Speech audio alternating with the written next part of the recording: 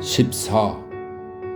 라프체프는 집에 오래 있으려 하지 않았다. 그의 아내는 조카들을 돌봐주어야 한다며 자주 별채로 갔으나 라프체프는 그녀가 조카들을 돌보기 위해서가 아니라 코스차 곁에서 울기 위해서 간다는 것을 알고 있었다. 9일째도 있었고 곧 20일째 그리고 40일째가 되었다.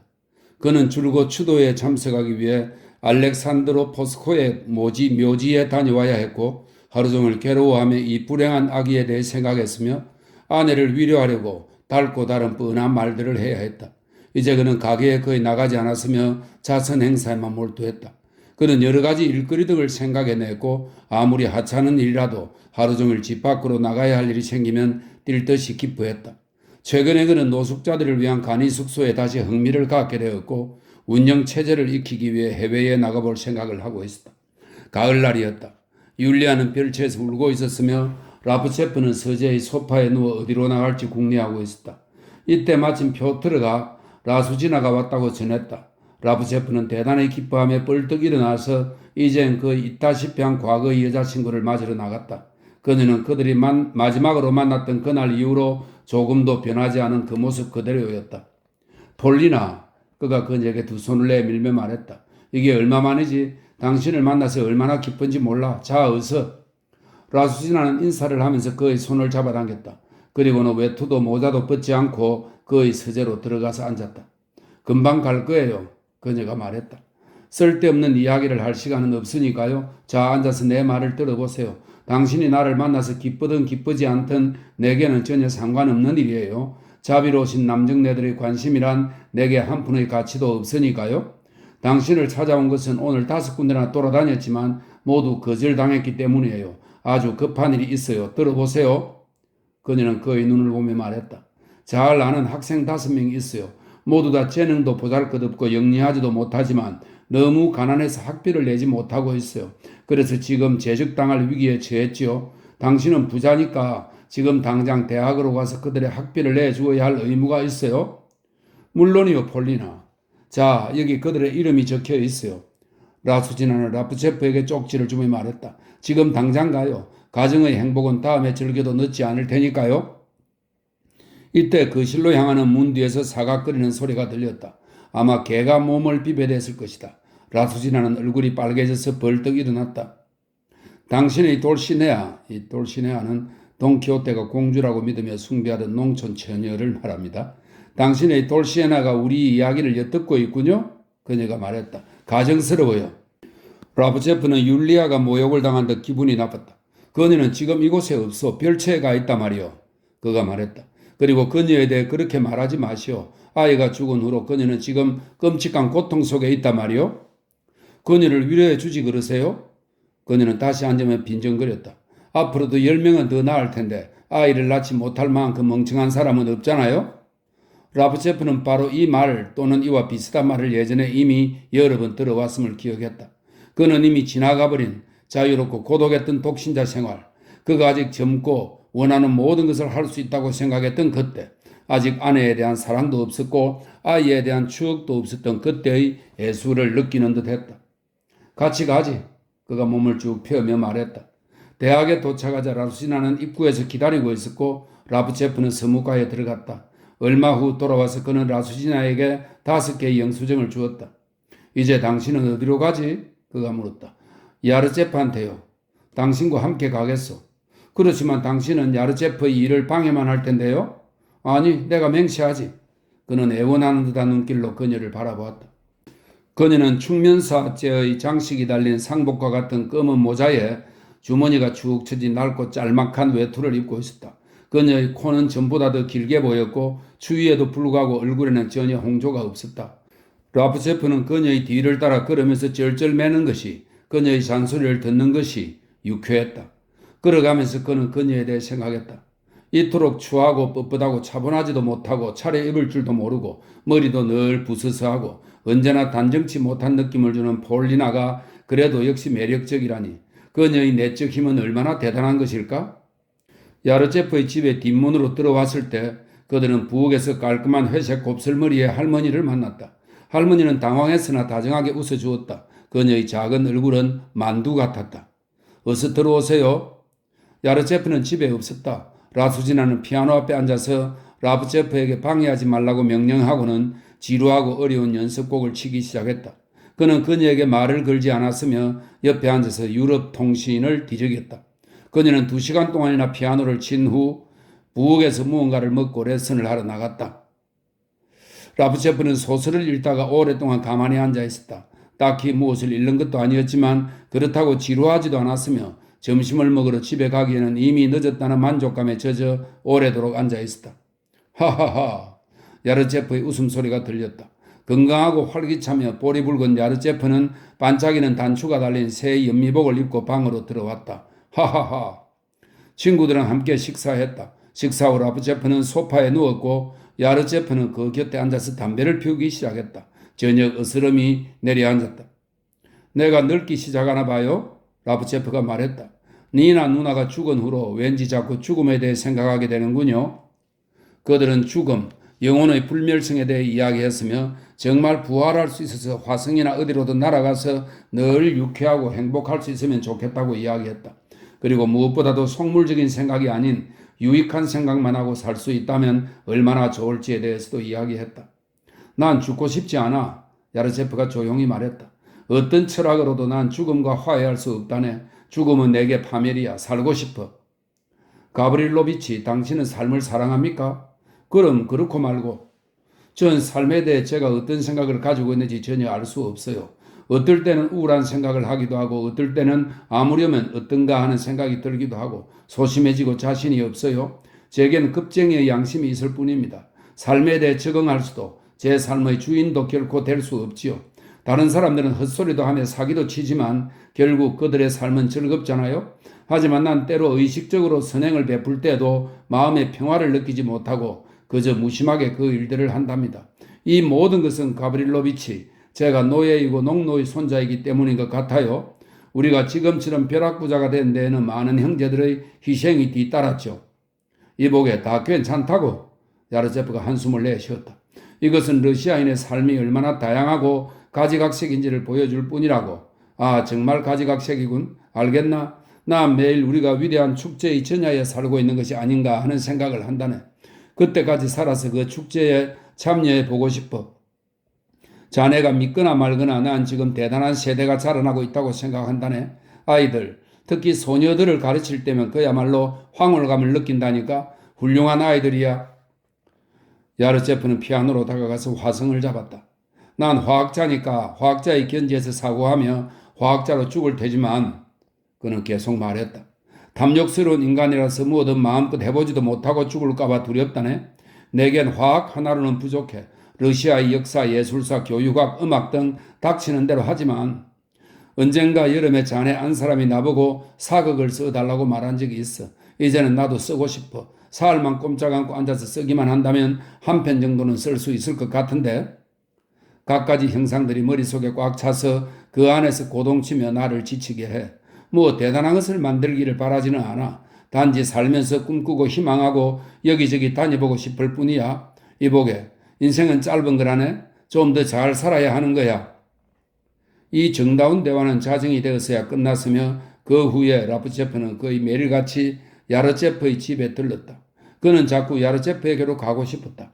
보통 그는 저녁 전에 와서 누워서 야르제프가 돌아오기를 참을성 있게 기다렸다. 기다리는 것은 전혀 지루하지 않았다. 야르제프는 직장에서 돌아와 식사를 하고는 다시 일을 하기 시작했으나 라프제프는 그에게 던진 질문으로 대화가 시작되곤 했으며 이렇게 되면 더 이상 일이고 뭐고 없었다. 두 친구는 서로에게 대단히 만족하여 자정이 되었어야 헤어졌다. 그러나 이 일은 그리 오래 지속되지 못했다. 어느 날 라프제프는 야르제프의 집에서 혼자 있는 라수지나를 만나게 되었다. 그녀는 피아노 앞에 앉아서 연습곡을 치고 있었다. 그녀는 그를 적개심을 가지고 차갑게 쳐다보더니 손조차 내밀지 않고 그에게 물었다. 언제 이 짓을 그만둘 거죠? 이 짓이라니? 라프제프는 무슨 말인지 몰라 물었다. 매일같이 여기에 와서 야르제프의 일을 방해하고 있잖아요. 그는 장사치가 아니라 학자라고요. 그에게는 매 1분 1초가 소중하단 말이에요. 그 정도는 이해해야 하는 것 아닌가요? 어느 정도는 예의를 갖추셔야죠. 라프제프가 당황해서 짧게 말했다. 내가 그를 방해하고 있다고 생각한다면 앞으로는 오지 않도록 하지. 훌륭하군요. 나가주세요. 그가 곧 돌아와서 당신을 만나게 될지 모르니까. 그녀의 말투와 무관심한 눈빛은 그를 매우 당황스럽게 만들었다. 그녀의 눈에는 그가 어서 빨리 나가주기를 바라는 것 외에는 그에 대한 아무런 감정이 남아있지 않았다. 이전의 사랑과는 판이하게 달랐다. 그는 그녀와 악수도 하지 않은 채 집을 나왔다. 그는 그녀가 지금이라도 다시 안으로 불러줄 것 같았으나 들리는 것이라고는 피아노 소리뿐이었다. 그는 청계를 천천히 내려가며 이제 그는 그녀에게 완전히 남이 되었다는 사실을 깨달았다. 사흘 정도 지나 야르제프가 저녁을 함께 보내기 위해 그를 찾아왔다. 새로운 소식이 있다네. 그가 웃었다. 폴리나 니콜라예브나가 완전히 우리 집으로 옮겨왔어. 그는 조금 쑥스러워하더니 작은 목소리로 말했다. 어때? 물론 우리가 서로에게 한눈에 반한 것은 아니지만 내 생각에는 역시 마찬가지인 것 같아. 그녀에게 안식처와 평안을 줄 수 있었어. 그리고 그녀가 아플 때 일하지 않아도 되어서 기쁘다네. 그녀 역시 내가 그녀와 만나게 되어 나의 인생이 자리 잡히고 그녀의 감화로 내가 위대한 학자가 될 거라고 생각해. 그녀는 그렇게 생각한다고. 그렇게 생각하도록 내버려 두지 뭐. 남쪽 지방 사람들에게 이런 속담이 있다고. 바보는 생각만으로 배가 부르다. 하하하. 라브체프는 아무 말도 하지 않았다. 야르체프는 서재를 한 바퀴 돌고 이전에 이미 여러 번 보아왔던 그림들을 훑어보더니 한숨을 내쉬며 말했다. 그래 친구여. 난 자네보다 3살 많아. 참 사랑에 대해 꿈꾸기엔 이미 늦었지. 사실대로 말하자면 폴리나 니콜라예브나 같은 여자는 나한테는 횡재지. 죽을 때까지 그녀와 잘 살아볼 테야. 근데 제기랄 무언가 아쉽고 무언가 모자란 듯하고 마치 다게스탄의 계곡에 누워서 무도의 꿈을 꾸는 듯한 기분이 드는군. 한마디로 말해서 인간이란 현재 주어진 것에 대해 절대로 만족하는 법이 없지.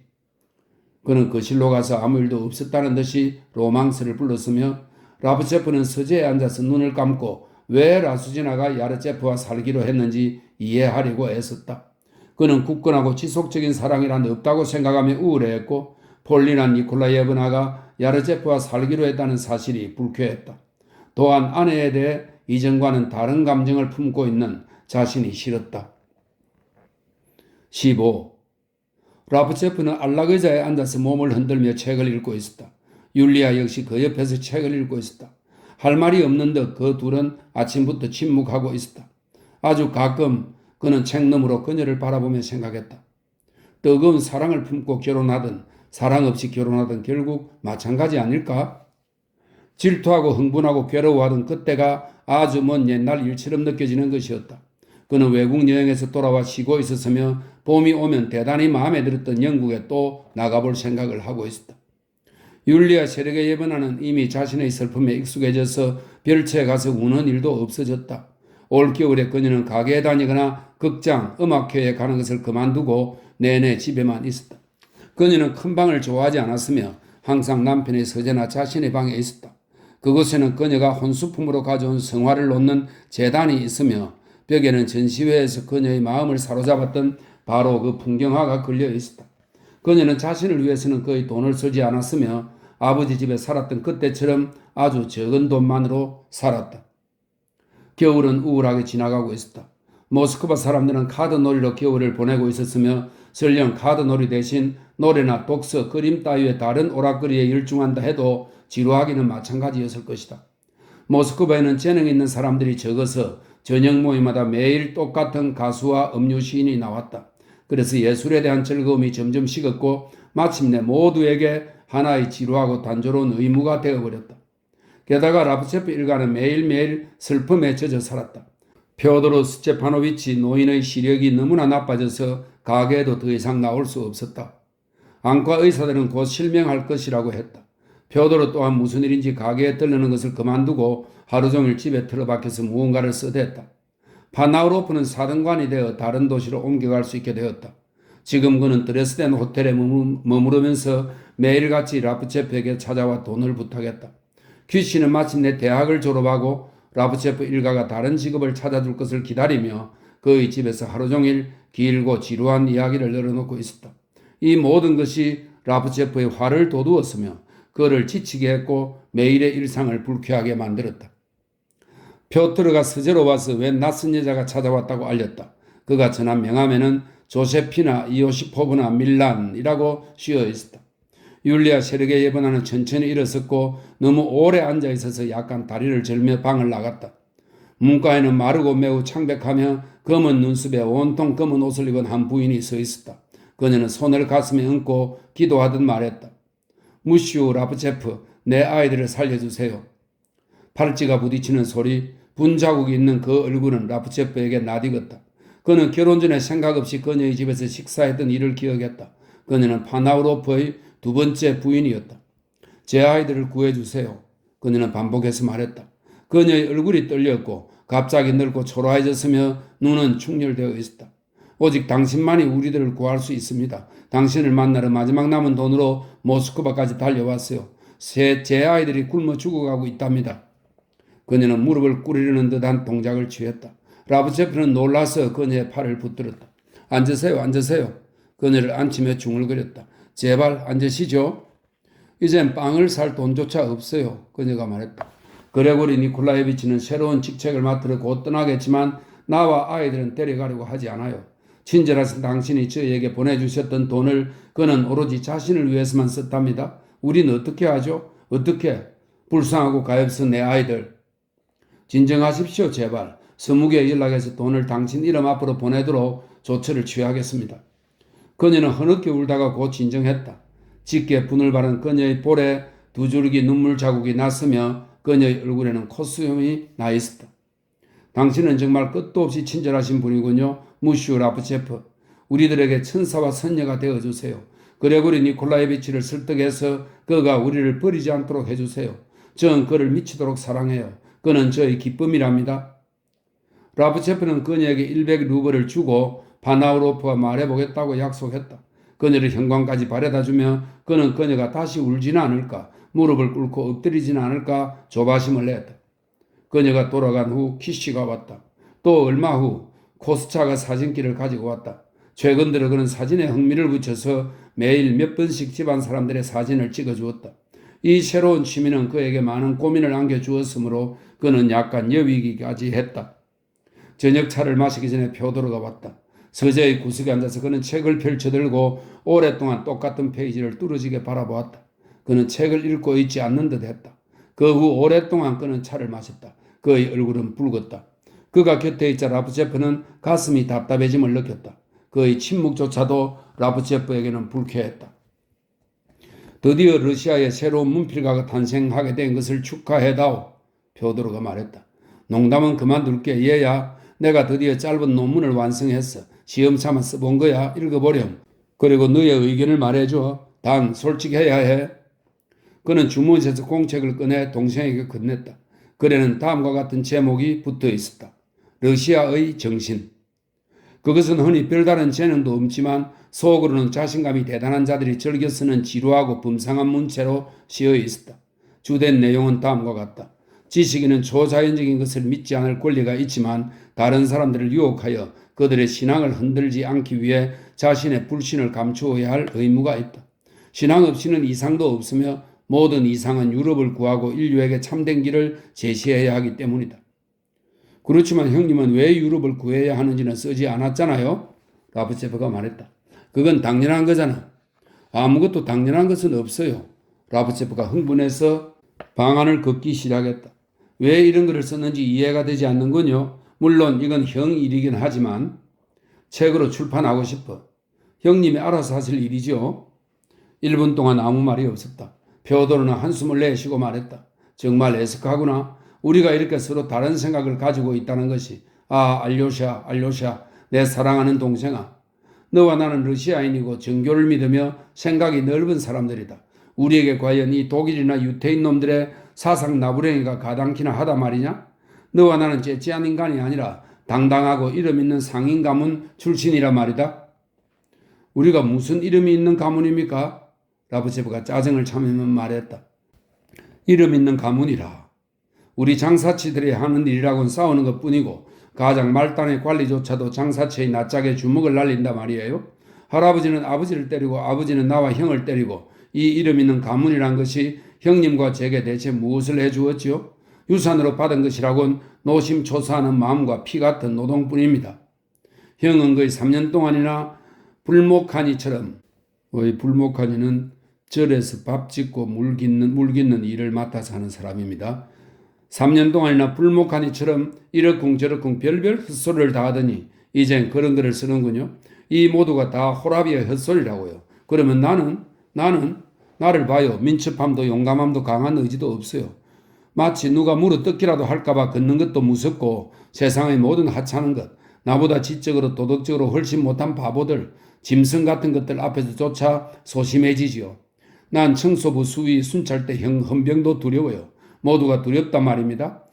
이게 다 제가 심신이 쇠약해진 어머니에게서 태어나서 어릴 때부터 얻어맞으며 겁에 질려 살아왔기 때문이에요. 나와 형한테 아이가 없으면 더 좋을 거예요. 하나님, 이 이름 있는 가문이 여기에서 끝장날 수 있도록 도와주소서. 율리아 세르게 이브나가 서재에 들어와서 책상 곁에 앉았다. 무엇 때문에 다투셨어요? 그녀가 말했다. 제가 방해가 되는 것은 아닌가요? 아닙니다, 제수씨. 베오도르가 말했다. 우리들의 대화란 단순한 겁니다. 넌 우리 집안에 대해 이러쿵저러쿵 말을 하지만 이 가문은 수백만 가지의 일을 해냈다. 이건 분명 의미가 있는 거라고. 대단히 중요하겠죠. 수백만 가지의 일이라. 특별한 두뇌와 재능이 없는 인간이 우연히 장사꾼이 되고 부자가 되고 매일매일 아무런 체계도 목적도 없이 심지어는 돈에 대한 욕심도 없이 기계적으로 장사를 하는 거죠. 그렇지만 돈이 직접 그에게 찾아온다는 겁니다. 그가 돈을 찾아가는 것이 아니라 그는 평생 일만 하지만 그가 일을 좋아하는 이유는 단지 점원들 위해 군림하며 손님들을 비웃을 수 있기 때문이죠. 교회에서 그가 집사직을 맡는 이유는 성가대 위에 군림하여 그들을 복종시킬 수 있기 때문입니다. 그가 학교를 후원하는 것은 학교 선생들이 자신의 아랫사람인 양 위세를 부릴 수 있는 게 좋아서죠. 장사꾼은 장사를 좋아하는 것이 아니라 위세 부리는 것을 좋아하는 겁니다. 형님의 가게는 장사를 하는 곳이 아니라 고문실입니다. 형님에게는 획일화되어 그저 착취당하는 인간들이 필요할 뿐이죠. 형님 또한 그들에게 어렸을 때부터 빵 한 조각을 얻기 위해 발 아래 절하도록 강요해왔고 그들에게 형님이 은인이라는 생각을 심어주며 그러한 인간들을 양산하고 있는 거죠. 형님은 대학물을 먹은 자는 결코 불러들이지 않을걸요. 대학물을 먹은 자들은 우리 일에 필요 없다. 거짓말! 라브체프가 소리쳤다. 거짓말! 미안하지만 너는 너가 마시는 우물에 침을 뱉는 꼴인 것 같구나. 베오도르가 일어섰다. 우리가 하는 일이 너에게는 혐오스러울지 몰라도 너는 그 일에서 나온 돈을 쓰고 있지 않느냐. 네, 드디어 본론을 말씀하시는군요.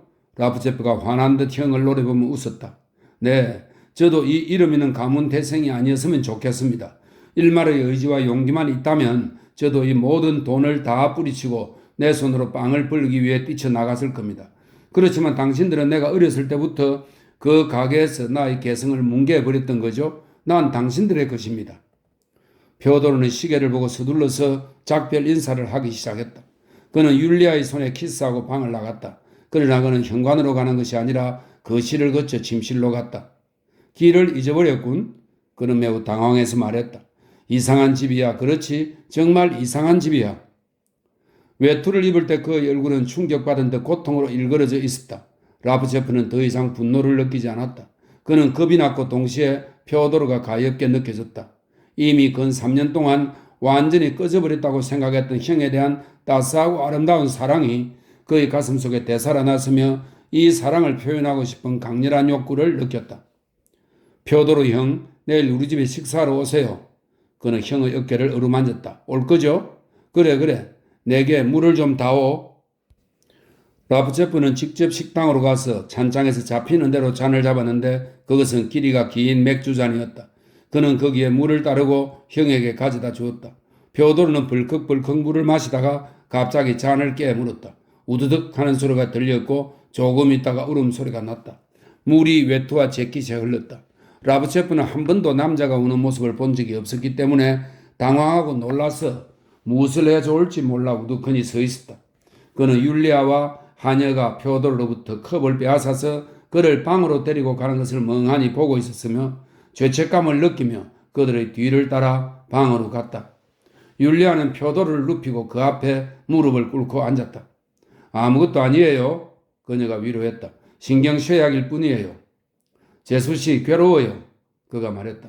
난 불행하고 또 불행한 사람입니다. 계속해서 숨겨왔지만 그는 그녀의 목을 감싸 안고 그녀의 귀에 속삭였다. 매일 밤 니나 누나를 보지요. 누이가 와서는 내 침대 곁의 의자에 앉아요. 1시간이 지나 그는 다시 현관에서 외투를 입고 이번에는 미소를 지었다. 하녀 보기가 민망했던 것이다.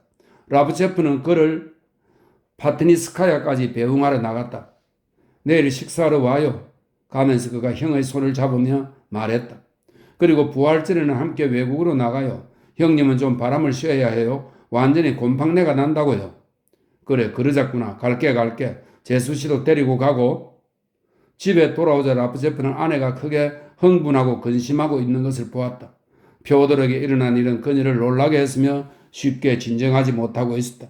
그녀는 울지는 않았지만 대단히 창백해져 있었다. 그녀는 침대에서 뒤척거리다가 차디찬 손가락으로 담요와 베개를 꼭 쥐고 남편을 잡았다. 그녀의 큰 눈은 겁에 질려 있었다. 가지 말아요. 그녀가 남편에게 말했다. 알료샤 말해줘요. 왜 내가 기도를 멈추었죠? 나의 신앙은 어디로 갔죠? 왜 당신은 내 앞에서 종교에 대해 말했나요? 당신과 당신의 친구들은 날 혼란스럽게 했어요. 이제는 기도할 수 없다고요? 그는 그녀의 이마에 스포를 얹고 그녀의 손을 따뜻하게 하고 차를 마시게 했다. 그렇지만 그녀는 계속 공포에 떨며 그에게 안겨왔다. 아침이 되어서야 그녀는 지쳐 잠들었다. 라브체프는 곁에 앉아 아내의 손을 잡고 있었다. 그는 잠들 수 없었던 것이다. 하루 종일 그는 녹초가 되어 멍한 상태로 아무 생각도 없이 흐느적 방 안을 걸어다녔다. 16.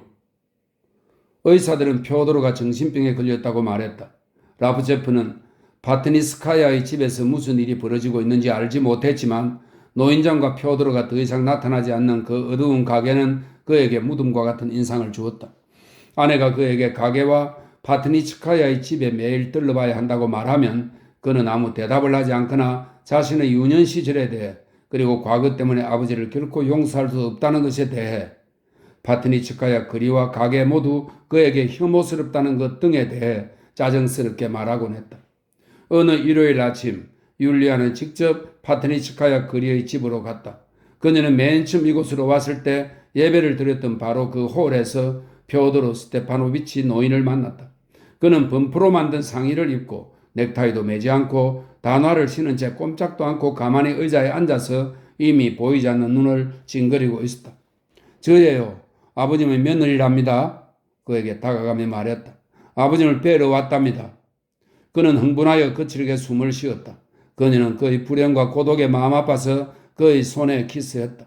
그는 그녀를 확인이라도 하듯 그녀의 얼굴과 머리를 더듬더니 그녀에게 성호를 그어주었다. 고맙구나. 고맙다. 그가 말했다.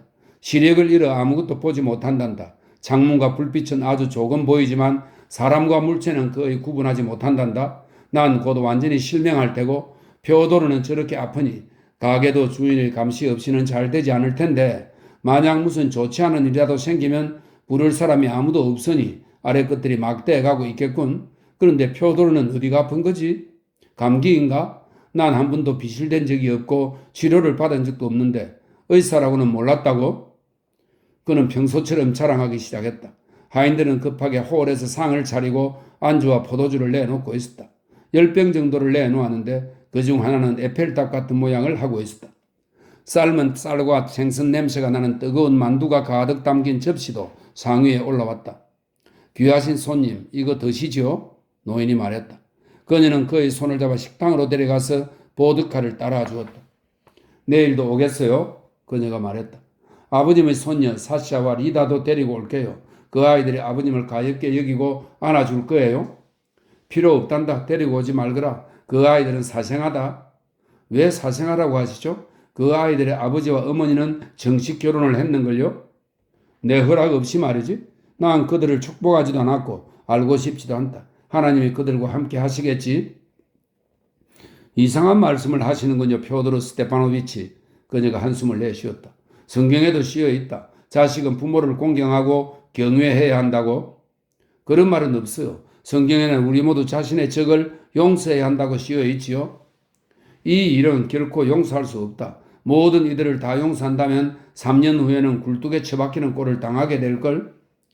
그러나 용서를 베풀고 사람들에게 심지어는 죄인들에게도 부드럽고 상냥한 말을 하는 것은 그 무엇보다도 부유함보다도 훨씬 더 고귀한 일이랍니다.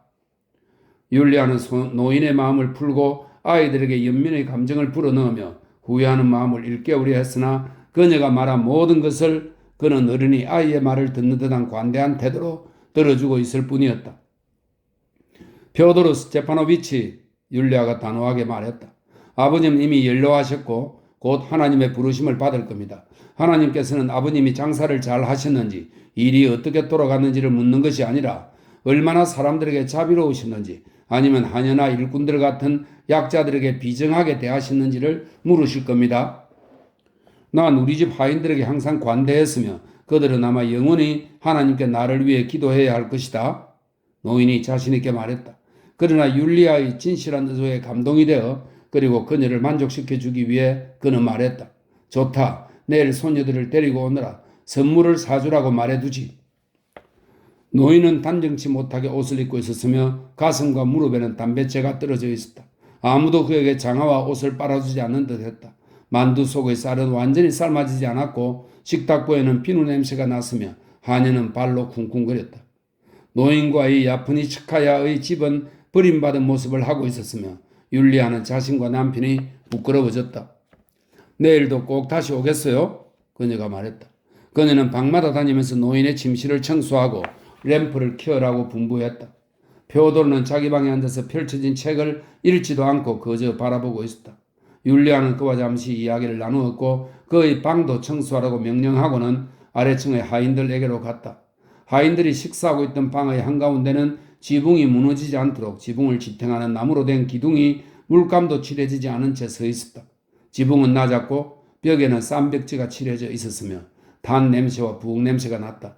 축제 때에는 모든 하인들이 집에 남아 침대에 앉아서 점심 식사만을 고대했다. 율리아가 들어오자 그들은 자리에서 벌떡 일어나서 마치 죄수마냥 그녀를 힐끗힐끗 곁눈질로 쳐다보며 그녀의 질문에 겁먹은 듯 대답했다. 하나님 맙소사, 정말 방이 엉망이군요. 그녀가 두 손을 떨며 말했다. 좁지 않아요? 좁은 것이 마음에 불편한 것보다는 낫습죠. 마케이체프가 말했다. 저희는 아씨께 크게 감사하고 있지요. 자비하신 주님께 아씨를 위해 기도드립니다. 다 자기 생긴 대로 사는 거지요. 포차트킨이 말했다. 율리아가 이해하지 못한 것을 눈치채고 마케이체프가 서둘러서 말했다. 쇤네들은 보잘것없는 사람들이니 신분에 맞게 사는 거지요. 그녀는 심부름꾼 아이들이 사는 방과 부엌을 살펴보았고 집 안의 경제적 형편을 알고 나서는 대단히 불만스러워했다. 집으로 돌아와서 그녀는 남편에게 말했다. 가능한 한 빨리 파트니츠카야 거리의 집으로 옮겨가서 살아야겠어요. 당신은 그곳에서 매일같이 가게로 나가시고요. 그 후 둘은 서재에 나란히 앉아서 아무 말 하지 않았다. 그는 마음이 답답해서 파트니츠카야나 가게로 가고 싶지 않았다. 그는 아내가 무슨 생각을 하는지 짐작했고 그녀의 말을 거역할 수 없었다. 그는 그녀의 볼을 쓰다듬고 말했다. 왠지 우리의 인생은 이미 다 끝났고 이제는 회색의 반쪽 인생이 시작된 기분이야. 표도르 형이 회복의 희망조차 없는 환자라는 것을 알았을 때 난 울음을 터뜨렸어. 우리는 함께 유년 시절과 청춘을 보냈고 한때는 그를 온 마음을 다해 사랑한 적도 있었지. 이제 당신에게는 재앙처럼 느껴질 테지만 난 그를 잃으면 과거와 완전히 결별하는 거야. 당신이 방금 우리가 파트니츠카야로 그 감옥 같은 곳으로 가야만 한다고 말했을 때 나에겐 이젠 미래가 없다고 느꼈지. 그는 일어나서 창문가로 갔다. 이젠 행복에 대한 기대와는 완전히 안녕을 고해야겠군. 그는 거리를 보며 말했다. 행복이란 없어. 내게 행복이란 결단코 한 번도 없었고 틀림없이 행복이란 그 자체가 없는 걸 거야. 그러나 내 인생에서 꼭 한 번은 행복했던 적이 있었지. 한밤중에 당신의 양산을 펼치고 앉았을 때 당신 기억해? 니나 누네 집에 양산을 두고 갔던 일. 그가 아내 쪽으로 돌아보며 말했다. 그때 난 당신에게 반해 있었고 온 밤 내내 그 양산 아래 앉아서 황홀한 기분을 맛보았지. 서재의 책장 옆에는 붉은색 나무와 동으로 된 장롱이 있었는데 라프체프는 그 속에 여러 가지 불필요한 물건을 보관하고 있었다. 그 안에 그녀의 양산도 있었다. 그는 양산을 꺼내 아내에게 주었다. 자, 여기. 율리아는 잠시 그것을 바라보다가 기억해내고는 슬프게 미소 지었다. 기억해요. 그녀가 말했다. 당신이 내게 사랑을 고백할 때 이것을 손에 쥐고 계셨지요? 그녀는 그가 나갈 채비를 하고 있다는 것을 눈치챘다. 될 수 있으면 빨리 들어오세요. 당신이 없으면 무료하답니다. 그녀는 자기 방으로 가서 오랫동안 양산을 바라보았다. 17. 마지막입니다. 가게의 일은 복잡하고 거래도 많았지만 회계가 없어서 서무사가 기록한 장부로는 아무것도 이해할 수 없었다. 매일 가게로 중개인들, 독일인들, 영국인들이 들렀고 점원들은 그들과 함께 정치와 종교에 대해 이러쿵저러쿵 이야기했다. 병들고 초라한 귀족이 술에 잔뜩 취해서 오기도 했다. 그는 가게로 외국의 간행물들을 가져다 주었다. 점원들은 그를 롬팡이라고 불렀으며 소금을 넣은 차를 마셨다. 가게에서 벌어지는 이 모든 거래는 라프체프에게 마치 기이하고도 불가사의한 일처럼 느껴졌다. 그는 매일 가게에 들러서 정리를 해보려고 했다. 그는 소년들을 때리거나 손님들을 놀리는 것을 금지했고 점원들이 재미있다는 듯이 깔깔대며 오랫동안 팔리지 않고 쌓여있는 필요없는 물건들을 가장 최신의 제품양 속여서 지방으로 팔아치울 때는 경로하기도 했다. 이제 가게에서 제일 윗사람이 되었지만 이전처럼 그는 자신의 재산이 얼마나 되는지, 장사가 어떻게 되어가고 있는지, 지배인들이 얼마나 월급을 받는지 그 무엇도 알지 못했다. 표차트킨과 마케이체프는 그를 아직 어리고 경험이 부족한 사람으로 취급했으며 그에게 많은 것을 감추고 매일 저녁 무언가에 비해 비밀스럽게 장립노인에게 소곤거렸다. 6월 초 어느 날 라프체프와 토차트키는 아침 식사를 하고 마침 일에 대해서 이야기도 할 겸 부부놉스키 주막으로 갔다. 포차트키는 8살 때부터 라프체프 집안에서 일해왔다. 그는 라프체프 집안의 사람으로 간주되어 다들 그를 완전히 신임하고 있었다. 그가 가게에서 나갈 때는 금고 속의 모든 수입을 다 자기 주머니 속에 채워넣곤 했지만 이것은 어느 누구도 일말의 의심조차 불러일으키지 않았다. 그는 가게와 집에서 제일 중요한 사람이었고 교회에서조차 노인을 대신하여 장로직을 수행하고 있었다. 아래 사람들에게는 지독하게 대했으므로 점원과 소년들은 그를 말류타 스쿠라토프 설명이 있습니다. 이것은 벨스키 그레고리에비치 루키아노비치의 별명인데 그는 이반 4세의 측근으로 16세기 이반 4세가 귀족 세력의 확장을 막기 위해 조직한 군의대를 이끌고 블라지미르 스타리츠키 대공을 암살했다. 이렇게 설명이 있습니다. 그를 말류타 스쿠라토프라고 불렀다. 주막에 도착하자 그는 급사에게 고개를 흔들어 인사하고 말했다. 이봐, 그 요사스러운 물건 반쪽과 끓임치 간 것 24개를 가져다 주게나? 급사는 얼마 후 보드카 한 병과 여러 가지 안주를 담은 접시 몇 개를 쟁반에 담아 가져왔다. 그렇지, 친절하군. 포차트킨이 그에게 말했다. 자, 이젠 1등 주방장의 험담 1인분과 감자 피우레가 있는 욕설을 가져다 줘. 급사는 알아듣지 못하고 당황하여 무슨 말을 하고 싶어 했으나 포차트키는 그를 무섭게 노려보며 말했다. 빼고. 급사는 긴장하여 곰곰이 생각하고는 동료들에게 의논하러 갔다. 그리고 마침내 포차트킨이 원하는 것을 알아채고는 소의 혀 요리를 가져왔다. 2잔씩 마시고 안주를 먹자 라프체프가 물었다. 이반 바실리에비치, 정말 우리 사업이 최근 들어서 하향세로 접어들었습니까? 전혀 아닙죠. 정직하게 말해주세요. 이전에는 수입이 얼마셨고 지금은 얼마입니까? 그리고 우리들의 재산이 어느 정도나 되죠? 전혀 모르고 다닐 수는 없잖아요. 얼마 전에 결산을 했지만 난 그것을 믿지 않아요. 당신은 나한테는 숨기고 아버지께만 이야기해야 한다고 생각하십니까? 당신은 예전부터 속임수에 익숙해져서 이젠 속임수를 사용하지 않고는 아무것도 할 수 없죠. 왜 그런 짓이 필요합니까? 자, 부탁입니다. 솔직하게 말해주세요. 부의 사업이 지금 어떤 형편에 처해 있죠? 모든 것이 은행 대출의 변화에 달려 있었죠. 포차트킨이 잠시 생각한 뒤 말했다. 은행 대출의 변화라니 무슨 말씀입니까? 포차트킨은 설명하기 시작했으나 라프체프는 전혀 이해할 수가 없었으며 마케이체프를 부르러 사람을 보냈다.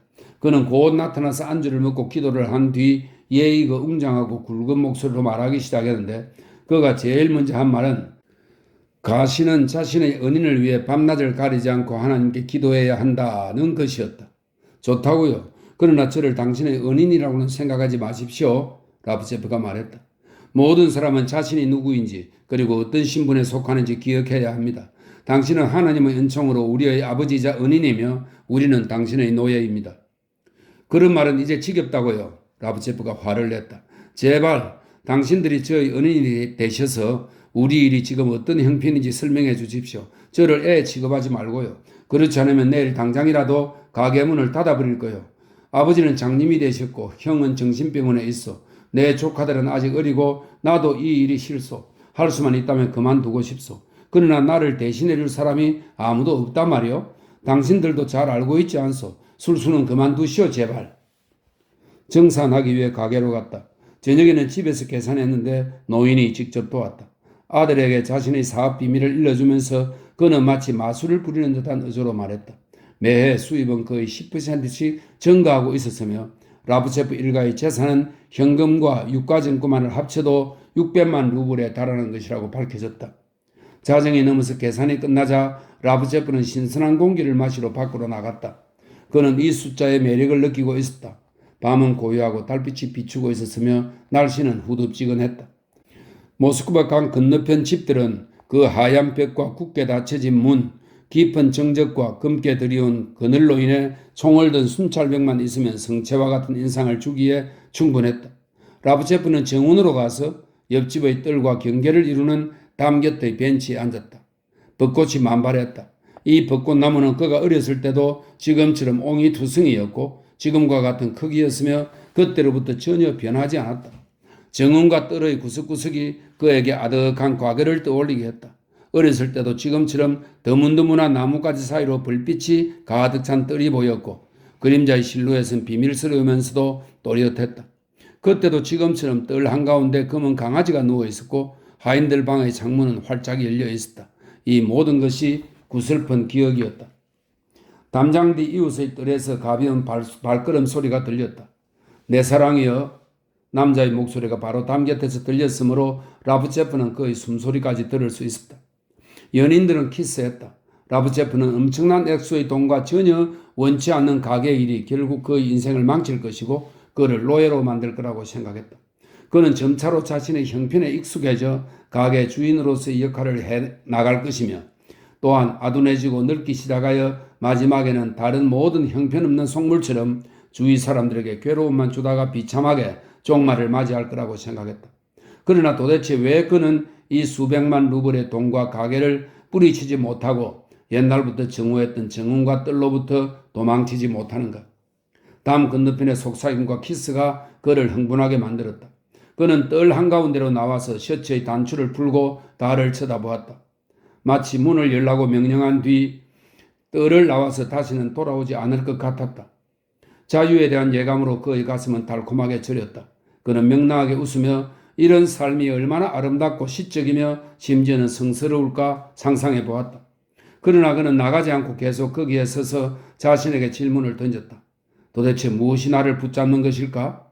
그는 자기처럼 더 자유롭고 즐거울 수 있는 들판으로 나가지 못하고 돌 위에서 뒹굴기만 하는 검은 개에게 정오심을 품었다. 그와 이 검은 개가 뜰을 벗어나지 못하는 것은 아마 한 가지 이유에서일 것이다. 구속에 익숙해지고 노예 근성이 몸에 배어버린 것이다. 다음날 아내에게 가는 길에 그는 심심하지 않도록 야르체프를 불렀다. 율리아 세력의 예번하는 부토바에 있는 별장에 살고 있었는데 그는 그곳에 벌써 닷새 동안이나 가지 않았다. 역에 도착해서 두 친구는 마차를 탔다. 야르체프는 가는 내내 노래를 불렀고 좋은 날씨에 감탄을 연발했다. 별장은 역에서 멀지 않은 곳 큰 공원에 있었다. 대문에서 20걸음 정도 떨어지고 오솔길이 시작되는 곳에 율리아 세력의 예번아가 손님들을 기다리며 큰 포플러 나무 아래에 앉아 있었다. 그녀는 레이스가 달린 크림색의 가볍고 우아한 옷을 입고 있었으며 손에는 옛날의 그 양산을 들고 있었다. 야르체프는 그녀와 인사를 했고 사샤와 리다의 목소리가 들리는 별장으로 갔다. 라브체프는 여러 가지 일에 대해 이야기하기 위해 율리아 세력의 예번아 옆에 앉았다. 왜 이렇게 오랫동안 오지 않았어요? 그의 손을 꼭 잡고 그녀가 물었다. 하루 종일 여기 앉아서 당신이 오지 않을까 둘러보았답니다. 당신 없이는 쓸쓸해요. 그녀는 일어나서 그의 머리카락을 쓰다듬고 호기심 어린 눈길로 그의 얼굴, 어깨, 모자를 살펴보았다. 알고 있나요? 제가 당신을 사랑한다는 것을? 말하고 나서 그녀의 얼굴이 빨개졌다. 당신은 내게 소중한 사람이에요. 이렇게 당신이 오고 마주볼 수 있어서 얼마나 행복한지 몰라요. 자, 이야기해요. 무슨 말이든지 해줘요. 그녀는 그에게 사랑을 고백했지만 그는 그녀와 이미 10년이나 함께 산 듯한 느낌이 들었고 머릿속으로는 아침 식사를 하고 싶다고 생각했다. 그녀는 비단 옷으로 그의 볼을 간지리면서 그의 목을 껴안았다. 그는 조심스럽게 그녀의 팔을 풀고 일어나서 아무 말도 없이 별장으로 갔다. 맞은편에서 소녀들이 뛰어오고 있었다. 정말 많이 컸구나. 그는 생각했다. 2, 3년 동안 참 많이 변했구나. 그러나 앞으로도 13년, 아니 30년은 더 살아야겠지? 미래는 또 무언가가 우리를 기다리고 있을 테지. 그것이 무엇인지는 살다 보면 알겠지. 그는 그의 목에 매달리는 사샤와 리다를 안고 말했다. 할아버지가 안부 전해달라고 하신다. 페오도로 아저씨는 곧 돌아가실 거야. 코스자 아저씨는 미국에서 편지를 썼는데 아가씨들에게 인사 올리라고 분부하셨단다. 아저씨는 전시회가 지겨워서 곧 돌아올 거라고 하는구나. 그리고 알렉세이 아저씨는 매우 배가 고프단다. 그 후 그는 테라스에 앉아서 조용히 오솔길을 따라 별장으로 오는 아내를 바라보았다. 그녀는 무슨 생각에 잠겨 있었다. 얼굴에는 우울하면서도 매력적인 표정이 떠올랐고 눈에는 눈물이 맺혀 있었다. 그녀는 이미 예전의 그 가냘프고 연약하며 창백한 아가씨가 아니라 성숙하고 아름다우며 강한 여성이었다. 그는 야르세프가 넋을 잃고 그녀를 쳐다보고 있는 것을 보았다. 그녀의 이 낯설고도 아름다운 표정은 야르제프에게로 옮겨져 그도 역시 우울하면서도 황홀한 표정을 짓고 있었다. 라프제프는 마치 그녀를 처음 보는 듯한 인상을 받았다. 테라스에서 식사하며 야르제프는 기쁜 듯 또 수줍은 듯 미소를 짓고 율리아의 아름다운 목에 눈길을 보냈다.